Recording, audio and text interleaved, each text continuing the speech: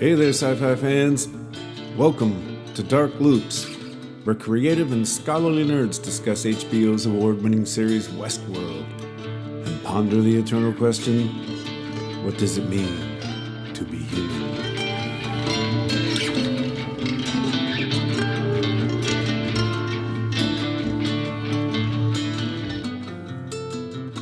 Hello, everyone. Welcome to Dark Loops Westworld. In this podcast, we discuss Westworld Season 3, Episode 8, Crisis Theory. I'm your host, Dr. Scott Jordan, cognitive psychologist, philosopher from Illinois State University. Joining me on the podcast are two Westworld-loving school psychologists, Dr. Leandra Parris and Dr. Tara Rains. Leandra and Tara, please say hi, state your affiliation, and tell us the best thing that happened to you this week.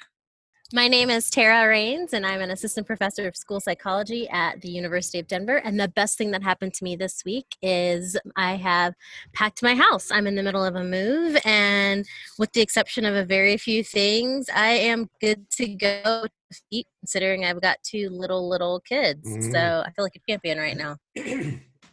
So the trip went fine. Yes, I am back in Denver, yes. Fantastic. Leandra, how about you?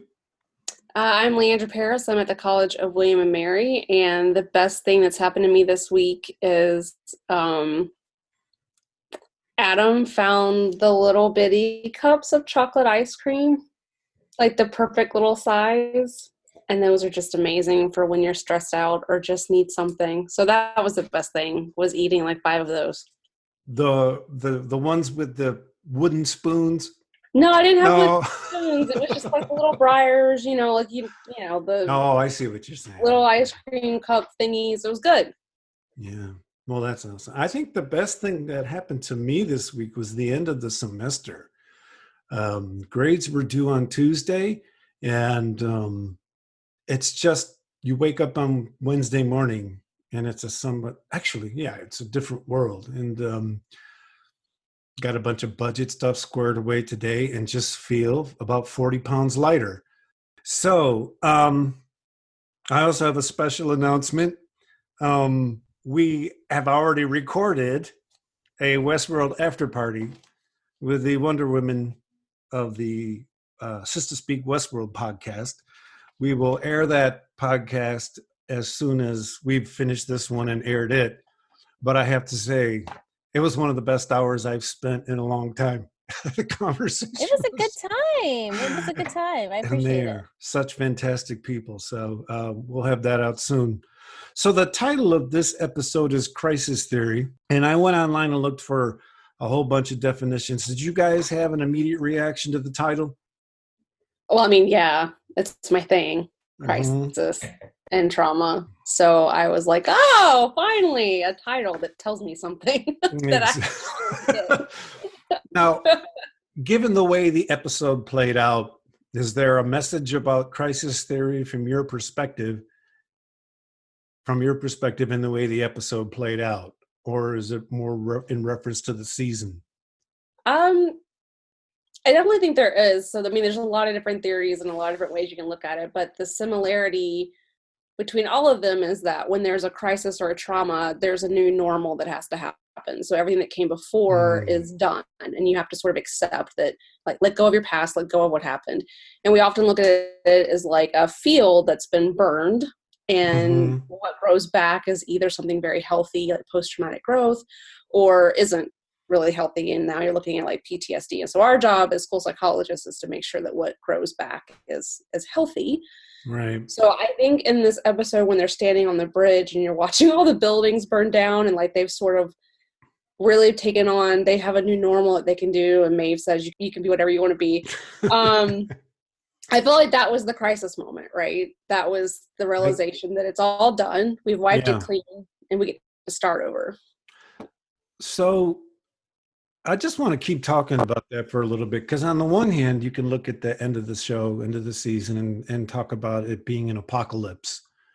More poetically, you can look at it the way you just mentioned, right? In other words, when a system has gone through traumatic experiences, it needs to reorganize. And part of that reorganization is an ending of the former way of being that system. Which So is also an apocalypse. Apocalypse exactly. means lifting the veil between the known and the unknown. So once you know the Oh, unknown, you yeah. have a new normal. Like I think those are. I like that you put it that way. No, I don't think.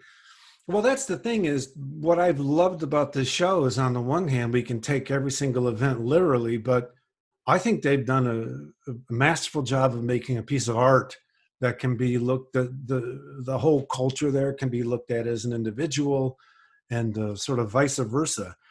And another thing I really love about what they've done is these titles are just crazy poetic. You just mentioned a therapeutic approach, an understanding of the notion of a crisis theory, which is quite similar to the way it's treated in mathematics and chaos theory.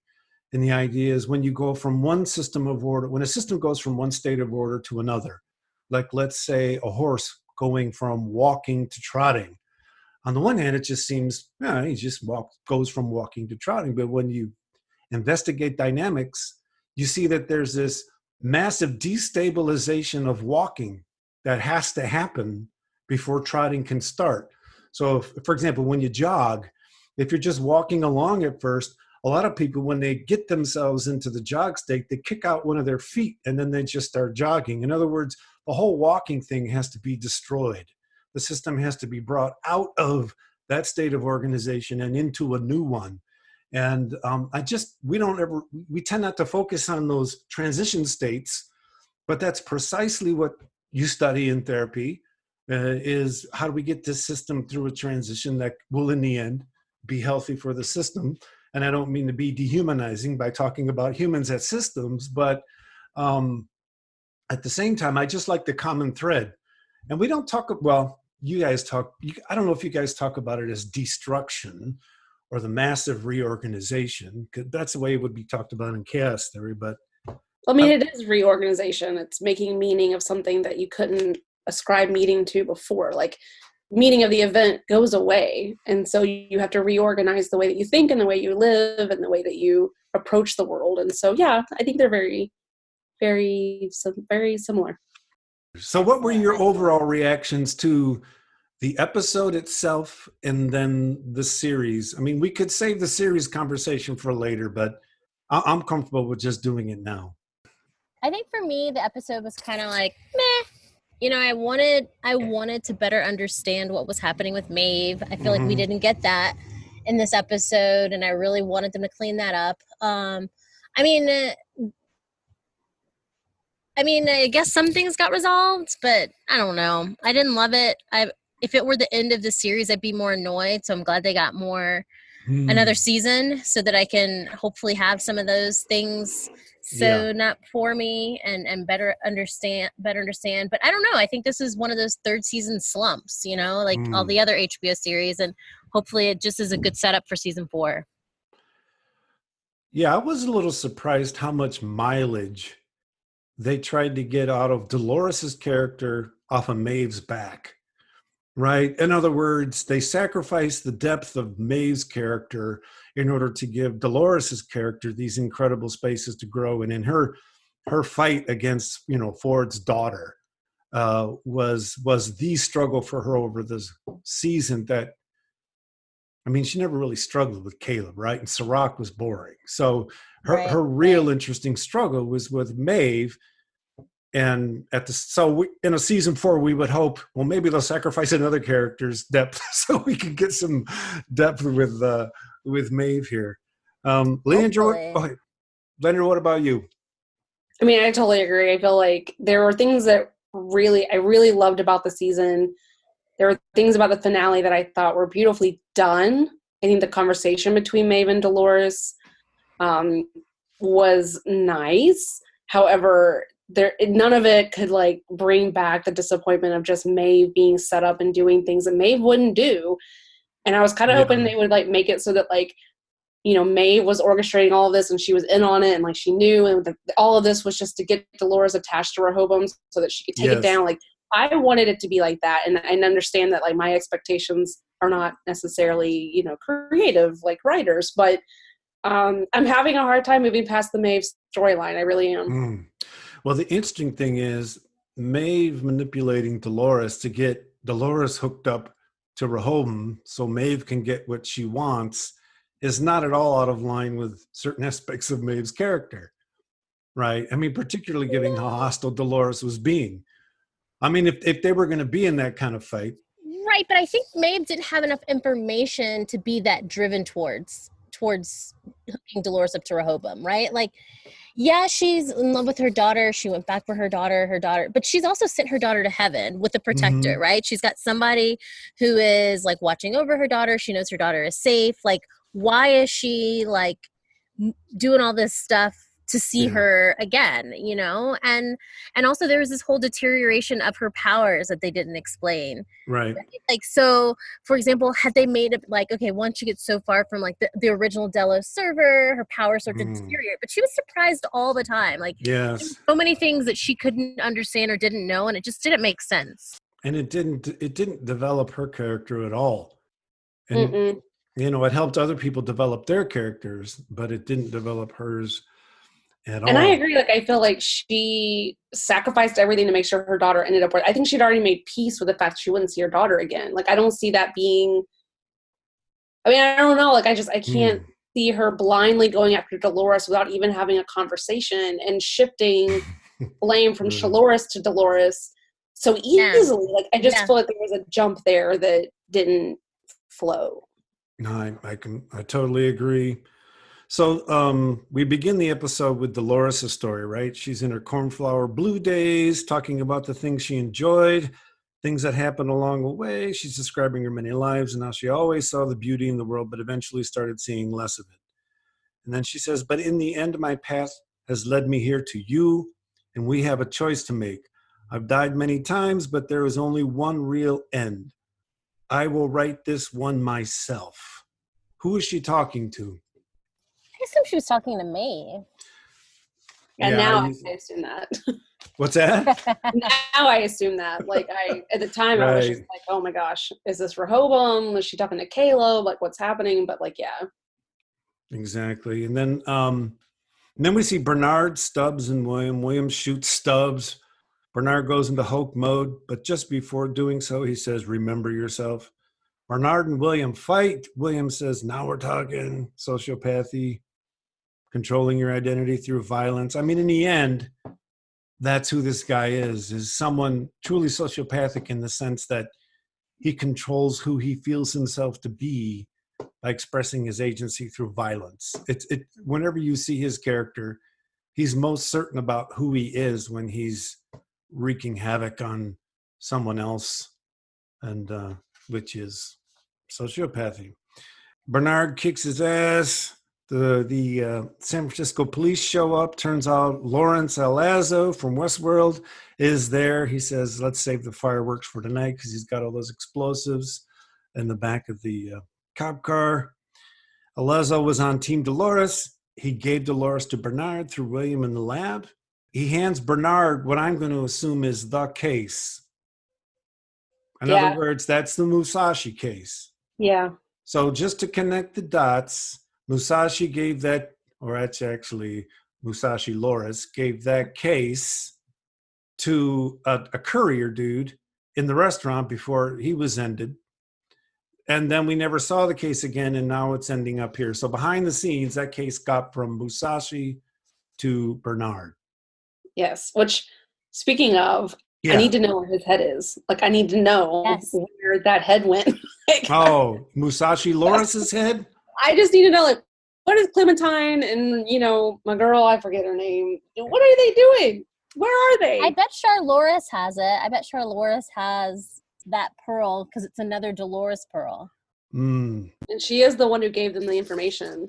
So, And then Lawrence tells Bernhard that he has the most important role in Dolores's plan, but he has to go see her first.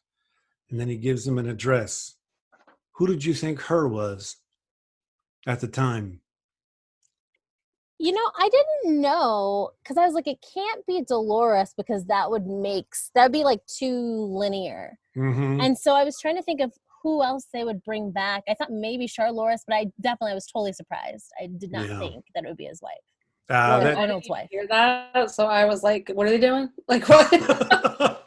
Yeah, I have to say when that her played out, I thought, okay, that was good. That's good writing. You set me up for that, and it worked really well. Then we see Caleb. His destination is being driven by an AI speaking in his ear. That's part of the final plan Solomon gave him. He leads him to a person printer. Caleb rebuilds Dolores. I thought the special effects here were just amazing. I love science fiction, and I unabashedly love special effects, and the ease with which they did that. It wasn't easy, but you know what I'm saying. It was like eating candy. It was so well done. It was elegant. It was beautiful. Like Yes, it she was. just like slipped her arms on like they were satin gloves. Like, I mean, just, it was beautiful. Exactly. And then like the pearl goes in, like the Oh yeah. Like in a the pearl flower. of life or the seed of life, like what did you say it was? The body of Christ. Yeah, the body, like like all the themes that we've talked about before. Like I just felt like that was so well done, and then her hair is different. And what I love about her hair here is it's halfway between the two hairstyles we've seen her have. So we've had her with hair back, face forward, killer Dolores, and then we've seen her with hair hanging flat, cornflower blue Dolores. And this one, there's a bit of lift to the hair. It's not against her face. It's almost, I couldn't tell if they were trying to evoke both of those versions of Dolores at the same time, or if they're trying to evoke a new version of Dolores. All I can say is I noticed her hair was different. And that's because we talked about her hair so much a few episodes back. But she looked different, yes or no? she did. She did. She looked softer. She looked Yes. and like, like more, I don't want to say resigned, but Yes. almost like there was less fight in her. Yes. And I think you're right. And I think that's consistent with the idea of like the plan is sort of working. And I don't know that she planned to have what happened to her happen. I don't know that she planned to give her life. No, but I think she thought it might be a possibility. I just realized that Caleb essentially becomes the new Serac, because he's got that bug in his ear, got Solomon in his ear telling him what to do, just like Serac had Rehoboam in his ear telling him what to do. When you said the thing about the bug in the ear, it's what it just reminded me to connect. Well, he does become the new Serac until he orders Rehoboam to shut itself down, right? And then he becomes, I don't know, a hippie. I don't know. Dolores tells him about Delos Park 5, which is a large target training site for the military. And we start to see the flashbacks that play out at the end of the episode. Dolores says, "There's a reason I chose you." And Caleb asks, "Am I the bad guy? Is that why you picked me?" And then she says, "Think, Caleb, how did you get here?" So, we can argue about the merits of the character of Caleb. What I'd ask you two to comment on is the following. This is a guy just found out that he shot his best friend. Just found out that his idea of who he is kind of wrong, full of violence, and not inconsistent with post-traumatic stress disorder of an actual soldier who's had to go into battle. So when I saw that scene, I felt like no matter how good she tries to tell him he is, his current narrative is so self-loathing that he can't bring himself to the space that she's trying to bring him to. At least I felt that's what they were doing. What do you guys think? I mean, I was a little frustrated because I felt like she was drawing it out. Like, why didn't she just say, "I picked you because you didn't rape us"? Right? Like, I don't know. I guess I wish I knew a little bit more about why it was so important that he remembered it on his own. So that drawing out of it, like, I was a little just, okay. But as far as him in particular, I think he is dealing with a lot in that moment. Everything that he knew is kind of wrong.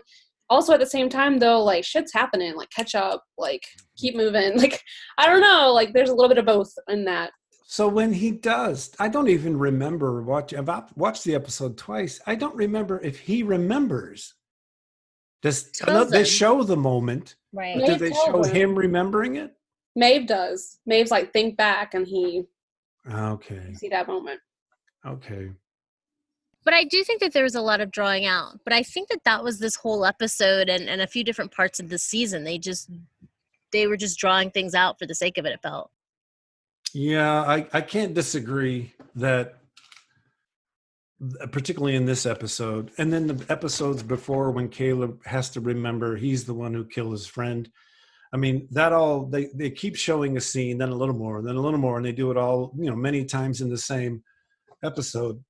You wonder, since they did it more than once, if that's kind of a writing, directing sort of idea, that this is really hard to remember this stuff when you've been reprogrammed to experience, to forget it and have different memories. So maybe they were trying to impress upon us how difficult it is to overcome those memories.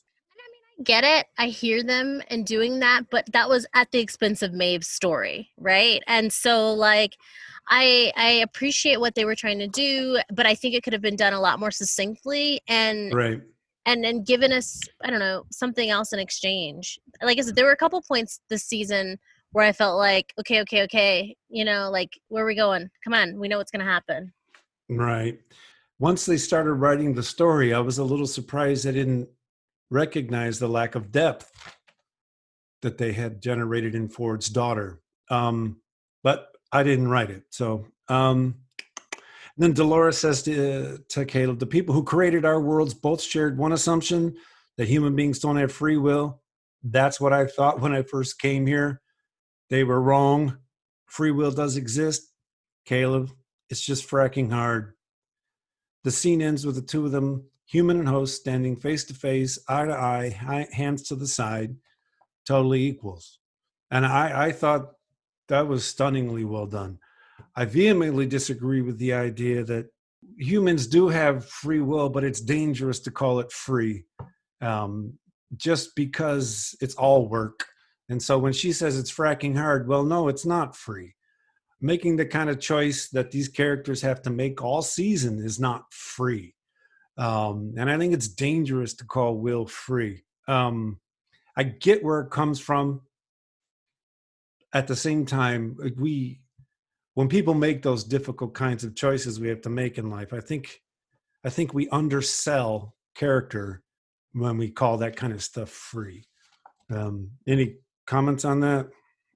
Well, it makes me think of the poster, because on their poster for this season, it's the robot kind of leaning down at the sand. At the bottom, it says free will isn't free. So, like, this whole motif that they've had going with that. And I do agree with them facing each other. I think they've both engaged in heavy violence that they wouldn't want to have had to do, but they've had to do. Yeah. In response to what's going on around them. And I don't know, like, I think when you start talking about, like, is free will free? Like, are you really free? Like, I get kind of confused and up in my head because I'm like, I don't know. Like, do we ever do anything of our own free will?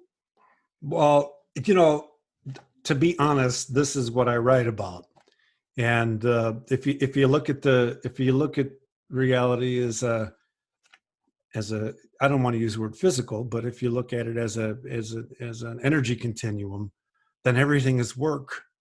So even when I'm sitting here deciding what word to say next, it's work. My brain's consuming glucose and breaking it down to be able to get there. So the concept of free is just, for me, dangerous, because for me, everything's work, personally and cosmically. Right? So we underestimate and we undersell the quality of choice. And there's a bunch of people in my field running around now saying people don't have conscious will. That their belief that they're making choices is nothing but a belief. And I think the people in writing Westworld probably tapped into a bit of that literature. And, that's cool, we're going to ride that ride. Yeah, we don't have a self and we don't have conscious will. And when they use the concept free will, it feels more like a literary critique of that idea than a scientific critique. And me, I scientifically critique that idea because the data are quite clear. The brain is nothing but work. Choice is nothing but work. And calling it free, is dangerous. And I'll stop, or otherwise I'll go on for another 20 minutes about the metaphysics of conscious will. So then we see Serac trying to persuade Maeve to go after Dolores. He blathers on and on again about saving the world through homogeneity. Dolores has released more of the outliers. Serac realizes he needs to connect Dolores to Rehoboam to find Sector 16 data.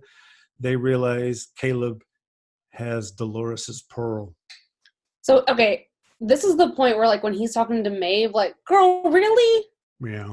This isn't the point where you're like, you know what? This doesn't exactly sound like good for humanity. No. Like, so if she's saying, like, oh, Dolores wants to destroy humanity, I have to stop her. Like, I don't know that in that moment you would think Serac really has a better plan. Like, I'm just very confused. I know I keep coming back to that, but.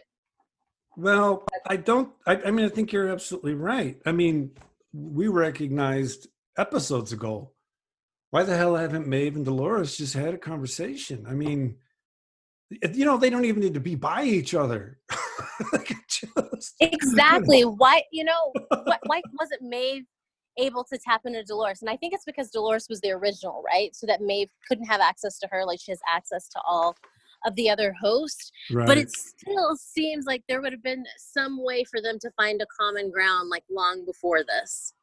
Yes. And so knowing that, you experienced the rest of the season, but it feels like, guys, you only were able to get here because you dropped the ball. And I maybe dropped the ball is harsh, but I don't think so. We're not the only people who think Maeve was short-shrifted. So no, and I think a common theme.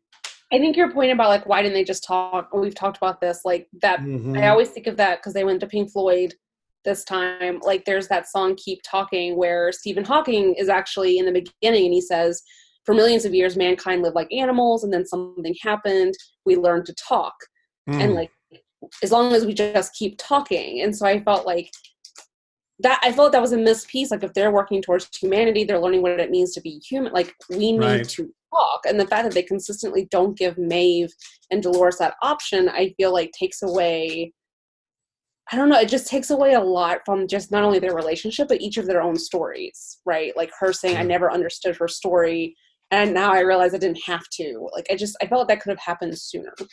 I agree. And it makes you wonder what the basic thought structures and belief structures of the writers are, that this is what they came up. Now, this may sound really hostile on my part, but obviously they don't believe in talk the way either that, or it's just Hollywood and they wanted to save that talk scene for the final episode. I mean, it was beautiful. It was. I'm not going to deny it, but no. But so would both of them killing Serac together. So I just... Exactly. Agreed. So Dolores and Caleb are walking through the street on their way to somewhere. Dolores shoots hostiles through the door. We'll take the stairs. They run into Dolores's crew, probably woken outliers. And she's using the wetware app to get specific outliers to take specific tasks. And then Caleb, I'm sorry, you're paying them? Oh, dude, what? You were one of those people she paid before. Why do they have to be moral soldiers now? It's not like a moral soldier. It took money to build this world. It will take money to tear it down. Which, truth. Well, I cannot disagree. I will. Well, and he knows she has all that money. They took all that money from what's his face, Little Lord Fauntleroy. Exactly. So why, like, the surprise that I don't know, maybe they thought they weren't getting renewed, and so they just phoned it in towards the last half of the season. And they're like, okay, we have to sew this up like well enough that if we don't get renewed, right, people don't hate our guts, Well, but it felt right. That's the thing is, Caleb's asking her this after he just found out that he had been offered a lot of money to shoot his friend, right? I mean, one could argue that what they're trying to do is write some psychological reaction. In other words, his model of himself is that he was a soldier of honor. And then he finds out, well, yeah, you're on the payroll, dude. And maybe his identity is fighting that, and he's judging her, projecting to her as a way to defend his identity. I don't know. The line stuck out to me. Why would a room full of writers do that? unless they're trying to make some kind of point about his character. Well, and they do this like really explicit thing where they make him this super moral person, right? Like, I don't do personals. Like, he's got all these like rules that are kind of like lines in the sand. So I could see that. They're just, I guess, making a statement of his morality. There you go. So then we had the scene where they're walking through the building. They get in a fight with some troops, and then Charloris comes in. And only Dolores can see her. And she's surprised. And Charloris still knows all of Dolores's plans. I love this moment here where Dolores tries to pretend like she really cared about Hale's family. I mean your family. Please don't kill me. And then we get, for me, what's the true Darth Vader line of the series. And Hale Laura says, I'm not, or Charloris, that's what we call her. They were a weakness, something I need to shed. So there's no time for that kind of sentimentality, is there? I just thought that whole scene was fantastic.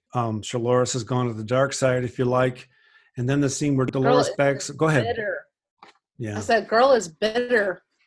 She's bitter. I don't think the reference to Star Wars is at all inappropriate. I mean, when they showed Anakin basically being burnt alive, they had to come up with a reason for him to be so irredeemable, until the very end. And they did. Okay, yeah, you burn them to death. Oh, burn them. Okay, that's what makes people irredeemable. I mean, that was a harsh scene. Then he killed his wife and told him that his kids were dead. Oh my God, no joke. I mean, so it's consistent with that idea. Yeah, I thought that scene with Charloris walking toward Dolores and no one else could see her in this slow gait where you see the image flashing.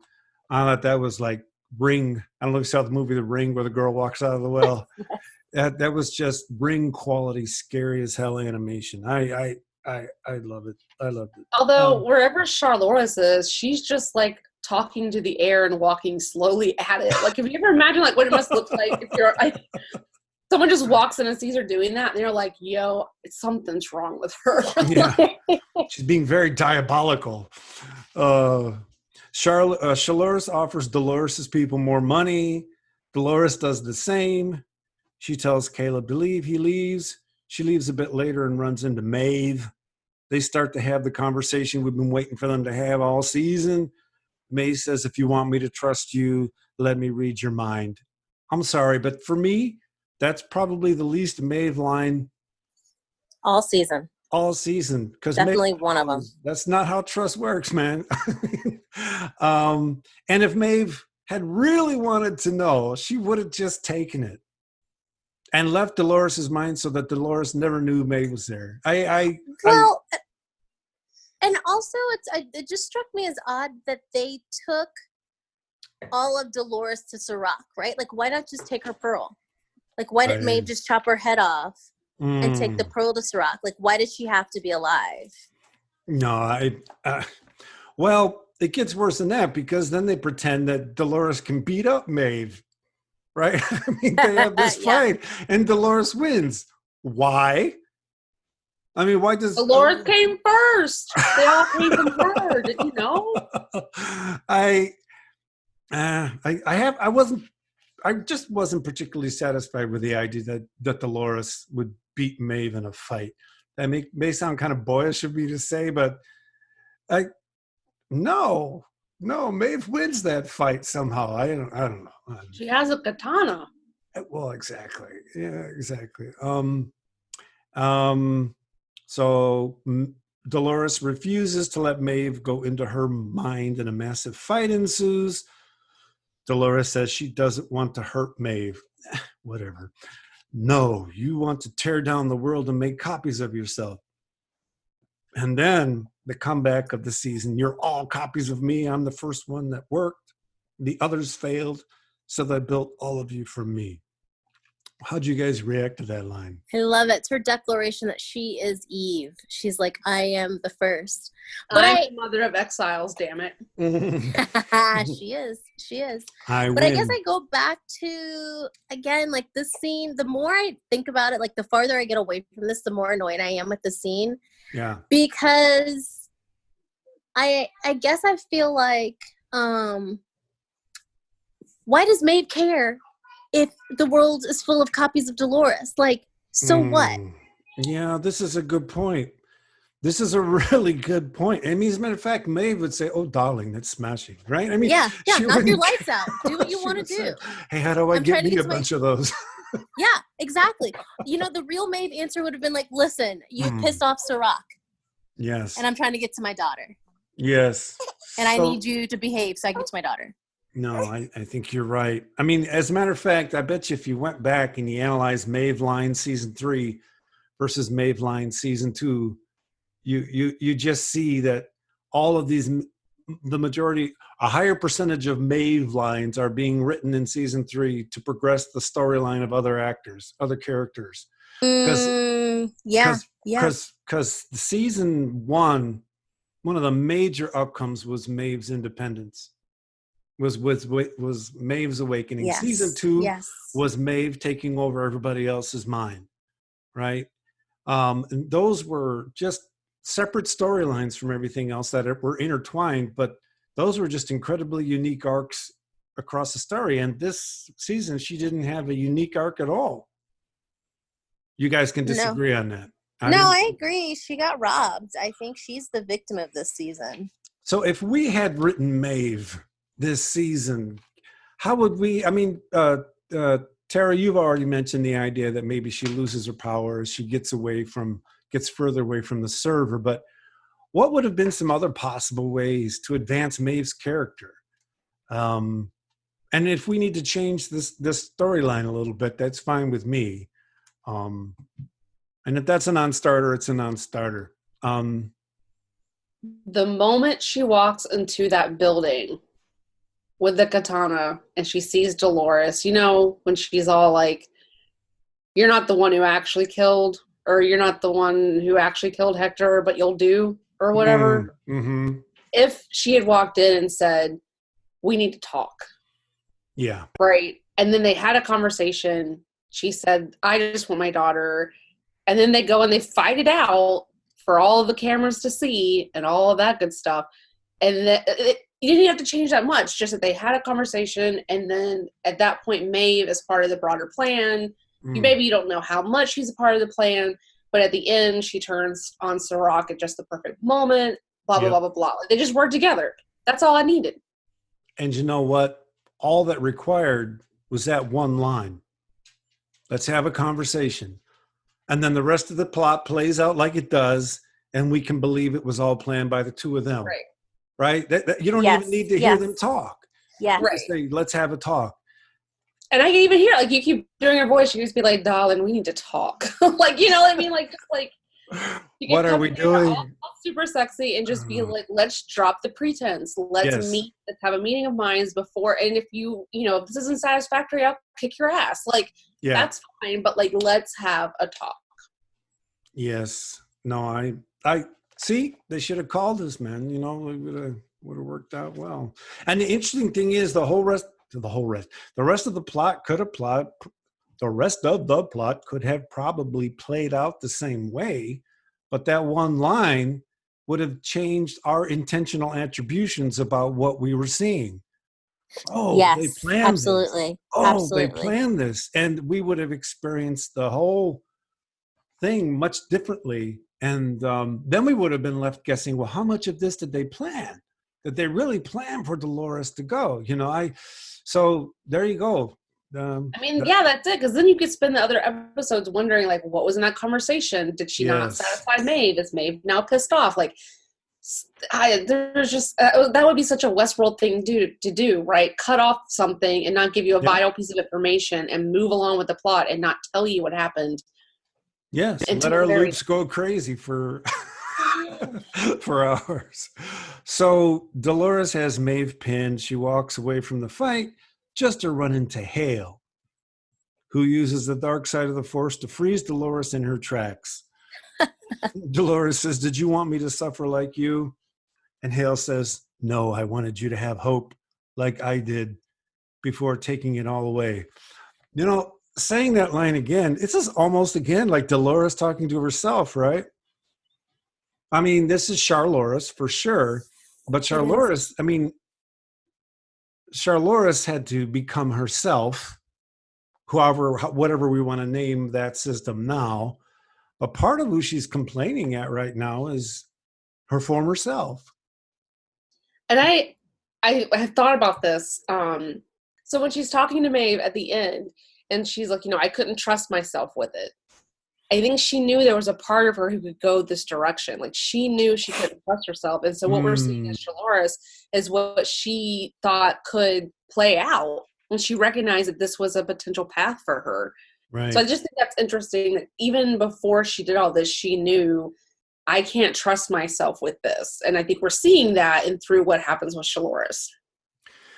So do you think that there's something that we might be missing in the dialogue, in the scenes, that would explain all the things that bothered us?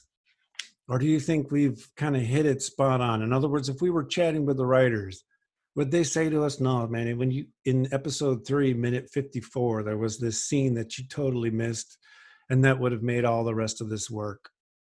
I hope so. Exactly. I sincerely hope that there was at some point where I missed a huge gap that would make this make sense, because I don't know, it's disappointing otherwise. So then we see Dolores freeze, die, whatever. Did you guys experience Dolores as sort of dying at that point? Because I did. I mean, no, I didn't. Okay. So then we see members of Team Dolores find Caleb on the street and offer their services. He says, "We're headed to Insight, crowd scenes, high-powered water hoses." And then one of the guys that met Caleb says, "The president ordered a military response. No one can get within a mile of Insight."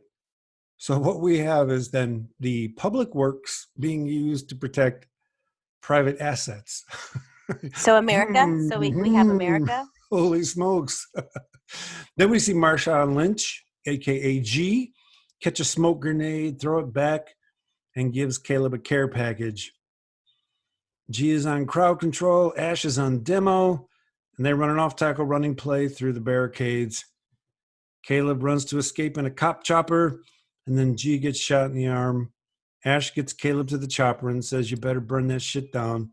Such a tender moment. Like, this moment for me was definitely my moment. It was so just the way she's looking at the chopper is like, I don't know. I just felt like it was loving. It was tender. It was like she had hope. Like, you could tell she was putting her hope in him. Yes. And when you look at the moods expressed by this character actress over the course of her participation in this season, a high percentage of her emotions are sort of shock and fear, remorse, sadness. And they've really used her as a way to, I didn't create the word everyman, but there's a certain every person sense of, oh my God, this is a shit mess that we're living in, right? Yeah. I mean, she becomes the sort of witness to how bad things are. Anyway, do you guys agree with that? Do you have different reactions to her? Because she was very powerful, and her facial expressions were haunting, and I think they did that on purpose. And she's also so relatable, right? There's something about Lena Waithe that's absolutely relatable across the board. And so I think in some ways you feel like, okay, well, if I was, like you said, like, she's every person. Like, if I were experiencing this is how I would be responding right now. This is what I would be feeling in this exact moment. So I don't know. She's a phenomenal actress. I think she kind of pulls us into the scene in terms of everybody else is caught up in the moment-to-moment action. They're dealing. No one's really reflecting on, God, this is a mess. And in those, just that scene, like the scene where they show everybody their futures, boom, she experiences what all of us would experience after a moment of reflection. It's like, oh my God, this is an absolute mess. And I love that she shows fear and anger in the same look. Like you can tell, like she's angry, she's also afraid, uncertain. Like just that one look that she gives him, it was perfect. So Bernhard and Stubbs pull up to a house. Bernhard thinks he's going to find Dolores. Then we see a scene that for me was probably the most beautiful scene of the entire series. And then, yay, we get to see Zoe, aka Gina Torres. Arnold reconnects with his wife, and it turns out his wife and son were what we would call real. They discuss the power of the memory of love. Did you guys cry? No, I mean, I felt like I should because, I know. If I were a crier, I want to be a cried. good person, but like I didn't. So I cried. And let me ask you this. We've talked about it before, but I experienced that scene as though, having watched season 1 with all of Bernhard, with the reality of all of Bernhard's memories being questioned, I assume that the scenes we saw of him interacting with his wife early in season 1, and then his memories of his son were all fake. In other words, they didn't do anything in season 1 to persuade me that those people were real. So when I'm watching this scene, I'm like, oh my God, Bernhard. Go ahead. I guess, and I was the opposite. I just assumed that he got Arnold's life and got Arnold's memories, which I think, you know what? I just had an aha. It's going to be important for us to remember that in season 4 when they get to the Man in Black. To remember that Man in Black host has the full range of his emotions and experiences and memories. Right, exactly. And you would think, but like and really quickly, so one of the things I would think about with that is when Ford made Bernhard, could he have not given him those memories? And if he chose to give him those painful memories anyway, but not let him know who he is, like that to me is like, whoa, like you intentionally didn't let him know who he was, but made sure he still experienced that pain. Yes. But he had to guide, like it was his story, right? Like it was his primary drive. So he had, like, those memories helped to shape who he is and who he's become. And so he had to have those pieces. So let me ask you this. After I finished crying watching this scene, I said, is this a gift from Dolores to Arnold? To thank him, to tell him she loves him, and that she trusts him with the lives of the souls in heaven. I think so. Dolores chose Bernhard because of what he did for her. Right? I just thought that's fantastic.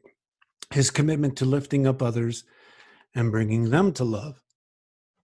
Of course, then, you order her to kill all the other hosts when you find out what's going to happen. But I don't know. For me, that scene, probably more so than any scene I've seen this season, brought back all the other seasons and brought back the richness of all the things that, we love about Arnold and Bernhard and his relationship with Westworld in general.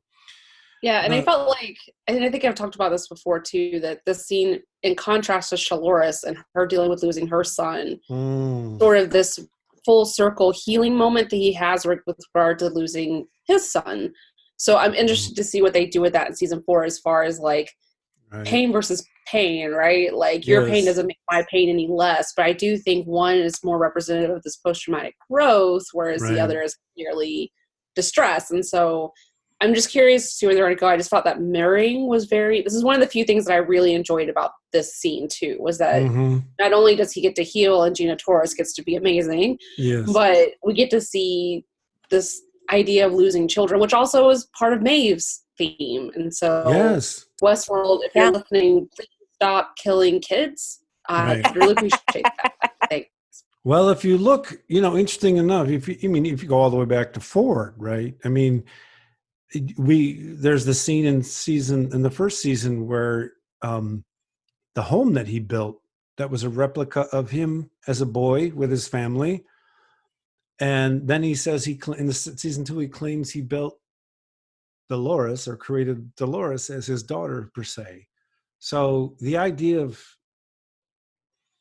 I don't know what the word I want to use here, but the idea of becoming a different type of human being by doing the work of being a parent and giving yourself for someone else seems to be a huge theme throughout the entire series.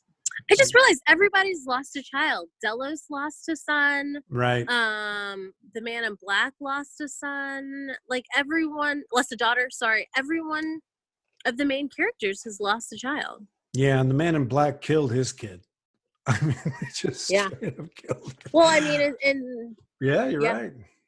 Yeah. No, you hadn't. Well, there you go. We've connected dots, right? You wonder if the writers did that, ever connected those dots consciously. You wonder if every one of our lead characters has a child who's died. You just wonder if those lines and those narratives came out of the writers as they were developing the story, and they weren't realizing that all these main characters had kids who'd passed. For me, it's a cool psychological question, right? Because at the moments in my life when I might occasionally indulge in writing fiction, I don't know where every word comes from, right? I just try to consciously create a space to get some words on a page and the stories kind of come out. But so I'm wondering how much. There could just be that one writer who writes the same story every time, and they're like, it's Joe's turn, so my kid's gonna die. Because I feel like Dolores, I think you're right. I think Dolores may be the only one who hasn't, although I think she would view them as her kids. Yeah, you're absolutely right. What was Lee's last name? Eve, Say it again. I said the host of her children because she's Eve, so she has lost children, and she's fighting for the lives of her children in some way. Yeah, exactly. Lee Sizemore, right? Did I Lee make that up? Sizemore, yes. So he's the one that made sure everybody had a dead kid narrative or whatever. Okay, I'll cut that out. I.e., the implication was that that's a cheap writing gimmick, right? And so if all the characters in your show have that same issue going on. As a sidebar, one of the reasons I actually started reading Harry Potter once, and the reason I stopped is because the easiest way to start a story is with an orphan.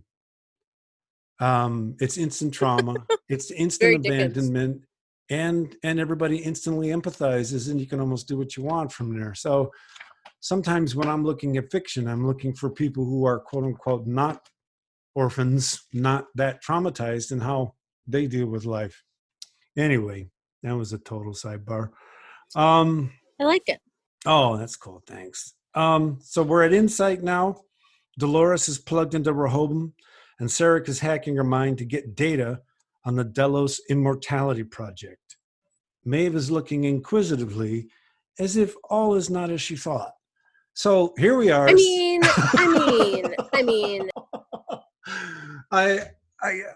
So you wonder if that actress said, wait a minute, guys, this is the first time I'm going to have this look on my face this whole season.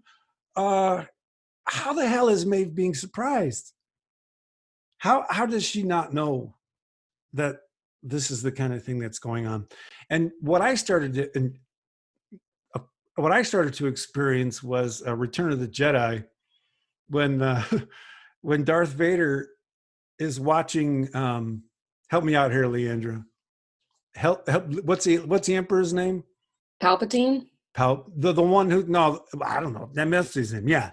When Palpatine is destroying Luke because Luke refuses to turn to the dark side, you get the music and you get the stroboscopic lightning coming out of the hand, and I'll be damned if you're not getting the same looks out of Maeve that Darth Vader, as much as he can do with that face mask, is giving us, looking back and forth between Palpatine and Luke as Luke's being destroyed.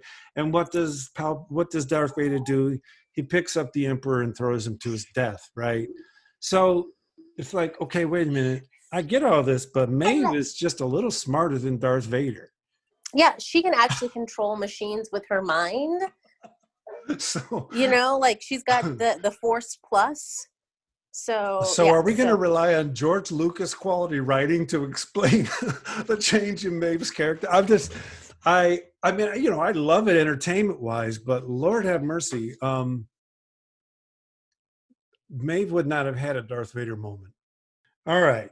Caleb shows up and he says to Maeve, "Why are you helping Serac?"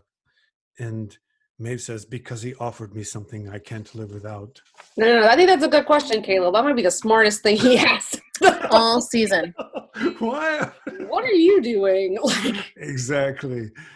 Caleb argues with Serac about who's destroying lives and who the enemy is. Serac judges Caleb because he believes he has a choice, because he believes he is someone, and that someone is real.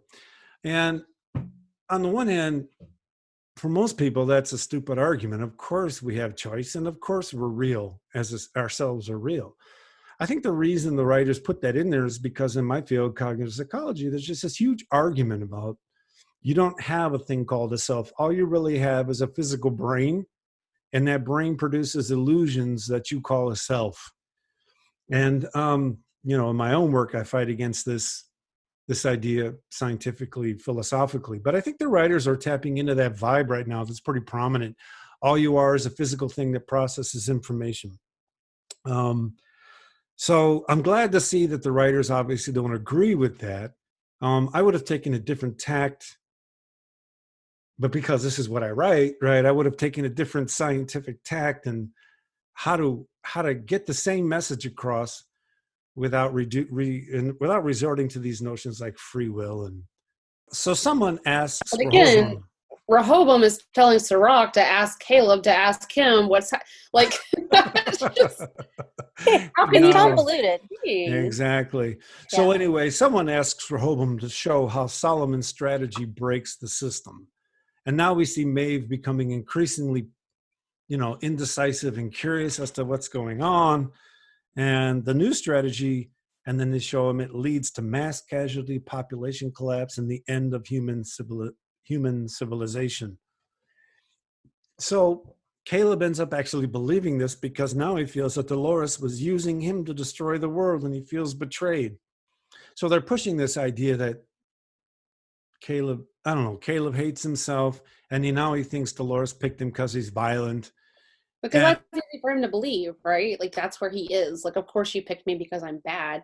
But you know what, Caleb, ye of little faith, Mr. Doubting Thomas, like, hang in there. And, like, I actually was a little disappointed in him that he immediately was like, really? Yeah. Look, if it's a real world, whatever that is, if she meets him in a room and he rebuilds her and they're standing there face to face, hands to the side, she's going to say, dude, now look, there was this time years ago, you don't remember, where I was a host and you were a soldier? I mean, they would have had that conversation right then. I don't know what they think was gained. Okay, here's what I'm trying to say. I don't psychologically get what was gained in the character structure by having that happen so late.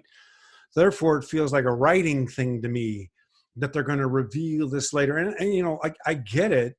But the problem is I personally like writing where the character arc and the narrative arc are in sync. And I feel like everything that's happening, of course, should happen because of who these characters are. So Maeve's growing impatient. Does Dolores have the key or not? Why doesn't Maeve know this already? Now, we're supposed to believe Maeve doesn't know this because she refuses to take over Dolores's mind and just get it. Maeve starts hacking into Rehoboam and realizes Serac is simply saying what Rehoboam tells him to say. So, in the end, Serac really is a Rehoboam probe. He's not a hologram, right? He's out there in flesh and blood. And it looks like he chose to be a Rehoboam probe, even though he doesn't believe in free will. But here's what's nuts. Why did Maeve not figure that out, right? Like, how did she not notice that he's being told every word of what to say from an earpiece when she can control all technology? I don't even know if they give a technological explanation as to why she's suddenly able to hear the messages coming out of Rehoboam. Maybe they did, but I don't remember. I mean, proximity. No, I just assumed it was proximity. But she still should have noticed that earpiece. Like, she should have picked up on the technology. I mean, the first time they met, she should have said, darling, I love your earring. And he, what earring? Oh, the one you're hearing your computer friend with. I mean, Exactly. Like, you can't have it both ways. She either is a goddess or she's not. Like, it doesn't just come and go convenience of your story. Exactly. She's either the smartest being in reality or she's not. No, you're absolutely right. And actually, that may be the core of what the flip they're switching on us is, right? Is she's either omnipotent or not. Rehoboam speaks in Serac's voice about the world being disorganized and Serac needing Rehoboam to create order. And she says, you're not a man, you're a puppet. And he says, I lived in the chaos. Now I choose to listen, to obey. Now, wait a minute, damn it. You can't tell Caleb he doesn't have free will. And then in this next sentence say you chose to obey. I mean, this is just incoherent babble. So couple things are going on here. Either the writers don't get what they just did, right? And Serac's a crap character, or maybe they're making fun of philosophers who say stuff like, we don't have free will. And you know what? I chose to say that. maybe that's what's going on. But given what they did to Maeve, I'll go with my former. Tells Maeve she doesn't have a choice. He threatens her again. Tells her she will obey. She glares at Rehoboam. She grows impatient with her attempt to find her key. She and Dolores have another conversation. Dolores says, let them have their world. We'll make our own. Then they're transported to Westworld, and Dolores is by herself. She doesn't have the key. They start to erase Dolores. She screams and forces herself into Rehoboam. Maeve realizes what Dolores has done. And then the two meet in Westworld. And regardless of how they got there, I love this scene. Now, we may have appreciated this scene in episode 2, but Maeve says, maybe they shouldn't exist, but is that really our choice to make? And Dolores says, no, we can annihilate them or tear down their world, build another one and bring the others back. And then Maeve says, you don't have the key, do you? And Dolores says, no, I couldn't trust myself with it. And then Maeve says, and your plan was to convince one man to fight? She says, not just him. You have to pick a side. And I understand why. We could have had our own world. We can have our own world. Leave this one behind. Leave our creators to die. So many of my memories were ugly, but the things I held on to until the end weren't the ugly ones. I remember the moments where I saw what they were really capable of, moments of kindness here and there. They created us, and they knew enough of beauty to teach it to us. Maybe they can find it in themselves, but only if you pick a side, Maeve. There is ugliness in this world, disarray. I choose to see the beauty. What do you guys think about that line?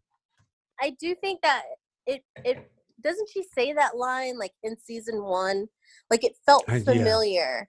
Yeah. Right. Like that was part of her script in the very beginning. So it felt like a kind of a full circle moment. Leandra?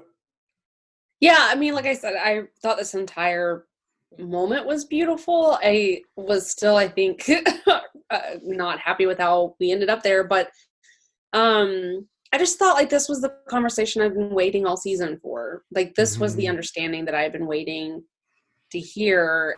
And I understand why maybe they waited until the last minute because they didn't want you to understand what Dolores had actually done until the very end. But so in earlier episodes, I don't know if it was maybe episode 2, we had a conversation about, I remember Leandra saying she wanted both characters to find satisfaction. Do we think those characters found satisfaction? And are we pleased with how they did if we believe they did? I think they did. I'm not pleased with how they got there. I think that Maeve is a little bit more settled and a little less uncertain about like what's happening in this sort of out of Westworld world. And I think Dolores achieved what she set out to achieve. She took down Rehoboam and she set everything. She just destroyed everything. Right? So I think they did. Right. Tara, what do you think? No, it's all good.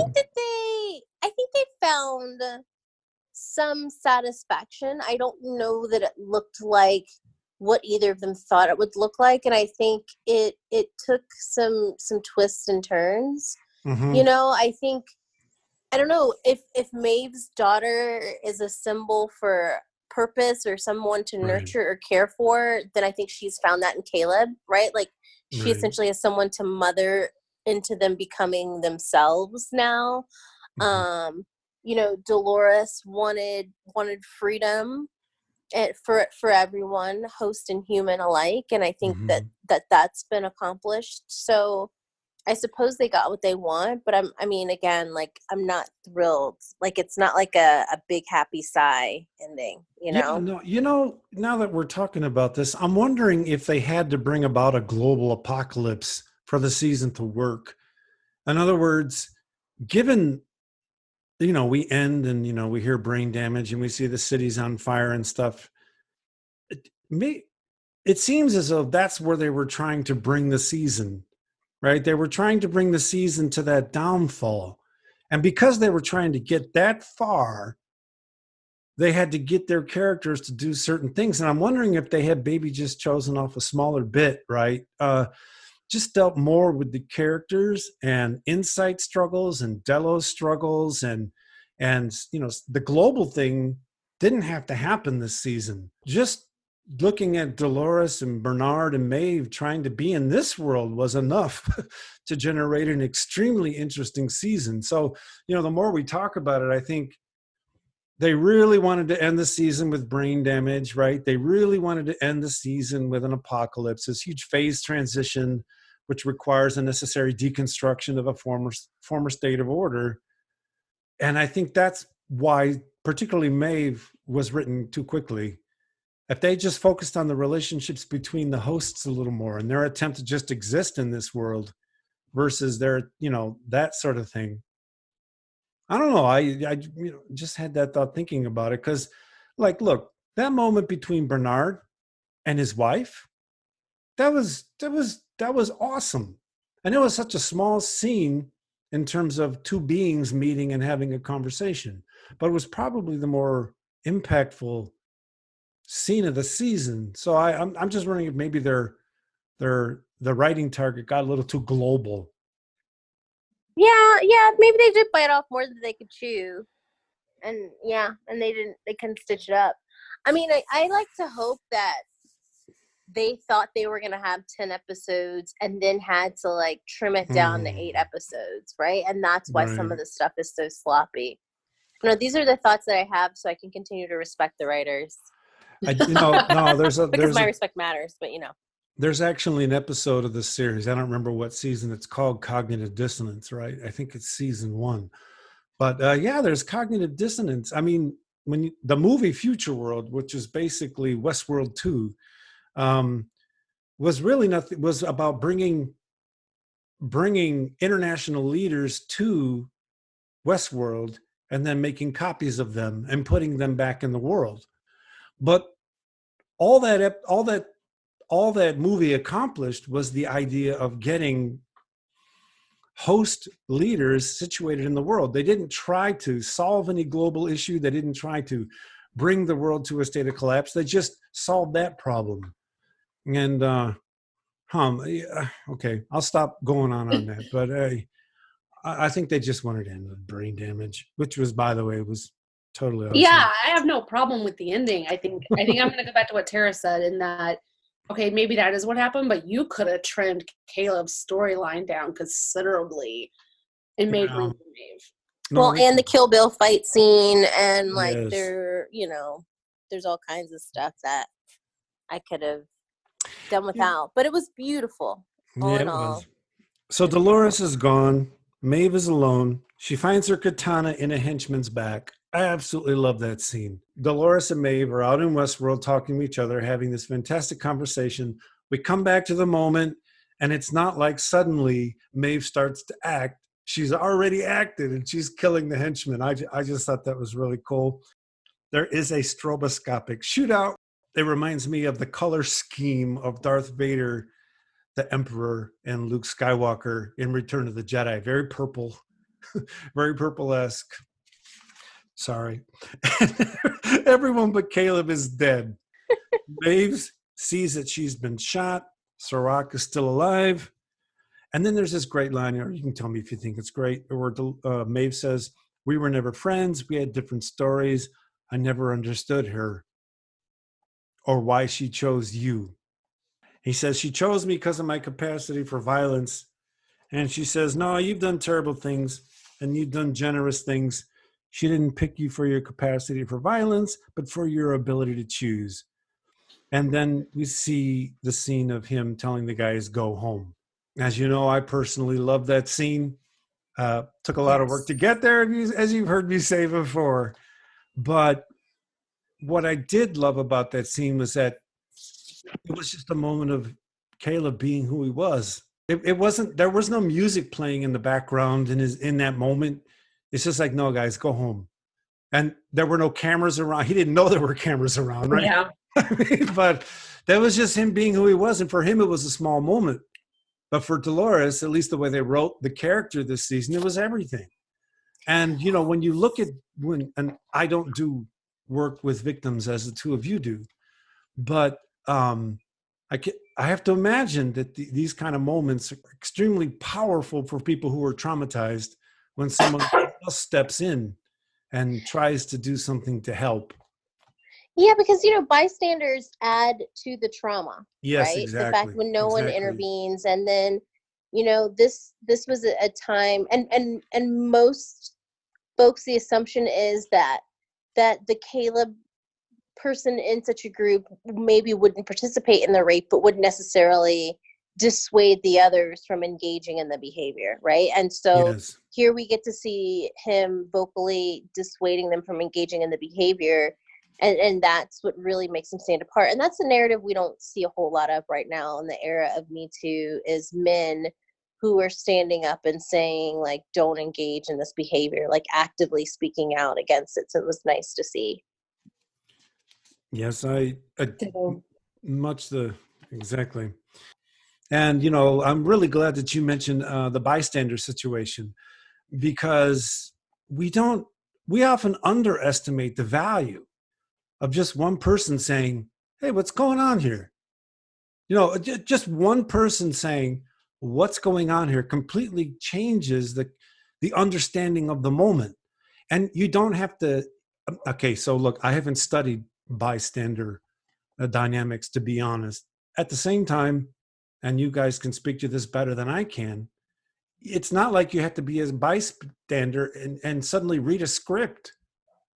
You just have to be there in the moment and witness the victim's suffering to the perpetrator and to whoever else is around, and perhaps the dynamics change. What do you guys say? So a lot of my work has been around bystanders and like bullying situations. And so like often victims feel like they would prefer that they actually like interrupt the moment, like go get help or actively defend me. Whereas bystanders are usually much more comfortable with that passive support of like, I'm going to talk to you when this is over. Like I'll help you when it's over. And that, from a victim standpoint, in terms of like outcomes, is it's better than joining in, but it is marginally, marginally, not that much better. And so I think that standing witness to it is one thing, actively standing up against it is kind of where we need to be. And I think we oftentimes talk about the power of the aggressor in these situations, and we don't talk enough about the power of the bystanders around them. And I do this in my class all the time, where I'm like, who has the power? And they're like, oh, it's you. And I'm like, why? No. And they're like, oh, because you're the professor. And I'm like, yeah, but if you leave, my reason for being here is gone. Like, bullies do this for the benefit of everyone else in the room. Yeah. Not just they need an audience.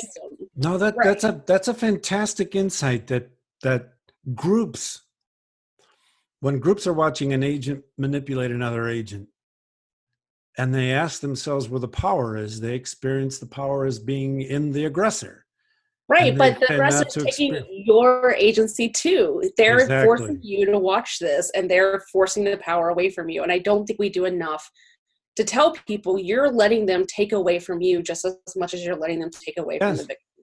So let me ask you this. This is a sidebar, but it's not, because it's something I've been talking about in post-Reagan American culture for a long time, and I'm going to assume this is not a political issue. But one of the things I'm concerned with is the deselective nature of American individualism on American democracy, right? I mean, this idea that people would watch someone else be assaulted, I'm sure this is a cross-cultural phenomenon.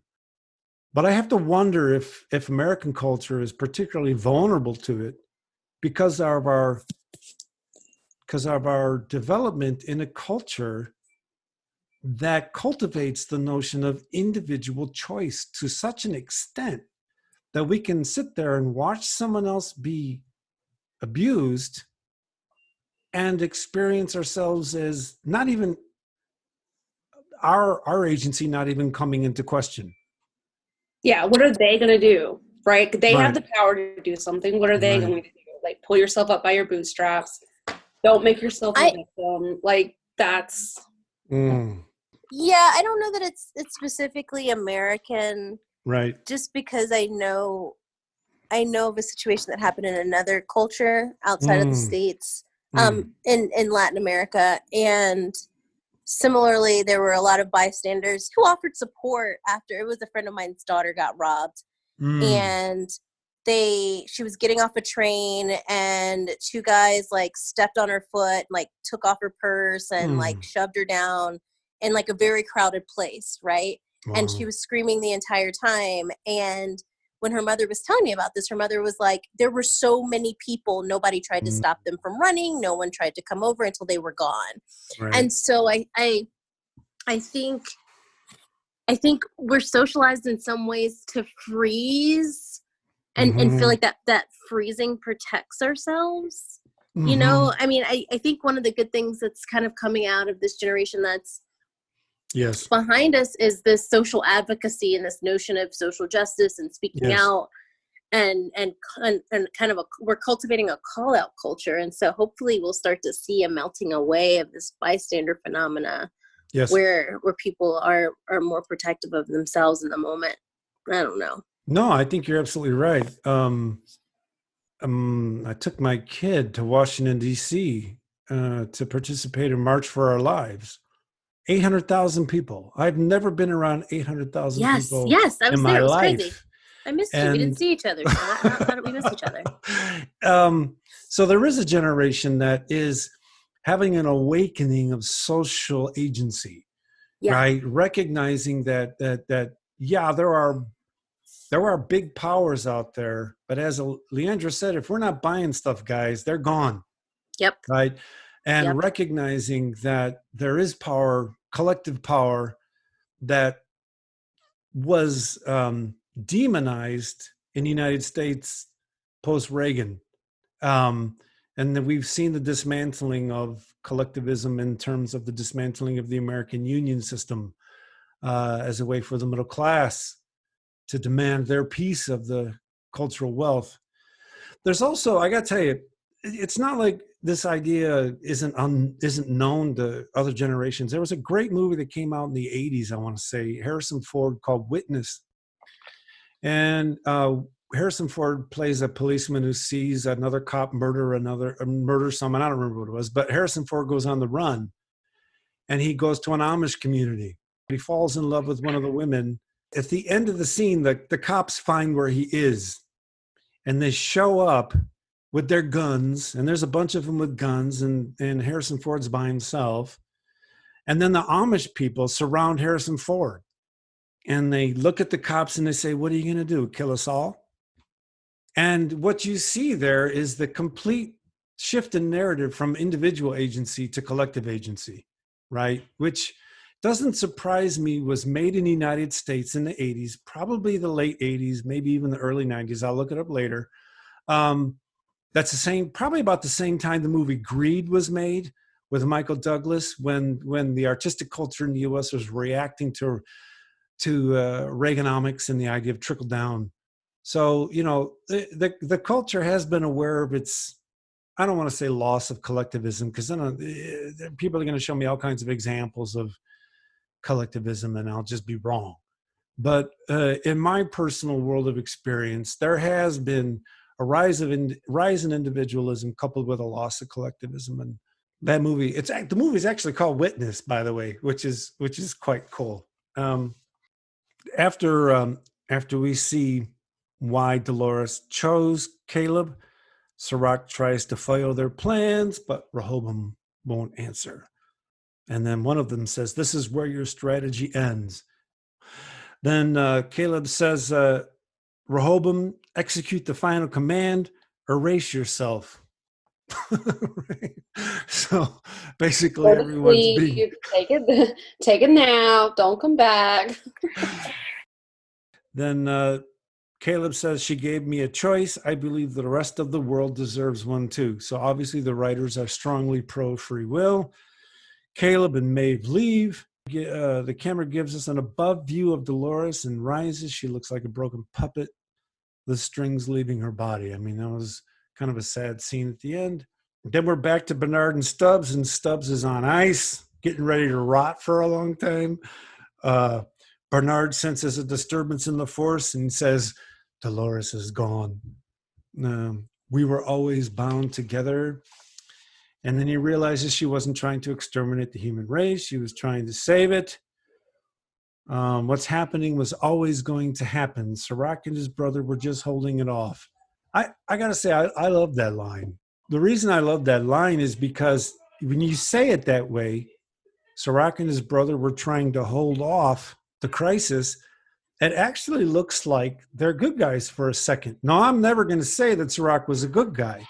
But what I love about it is that this idea that somehow Serac feels he's saving the human race, and that's a good thing, when in fact it entails all the ugliness that we've seen pointed out.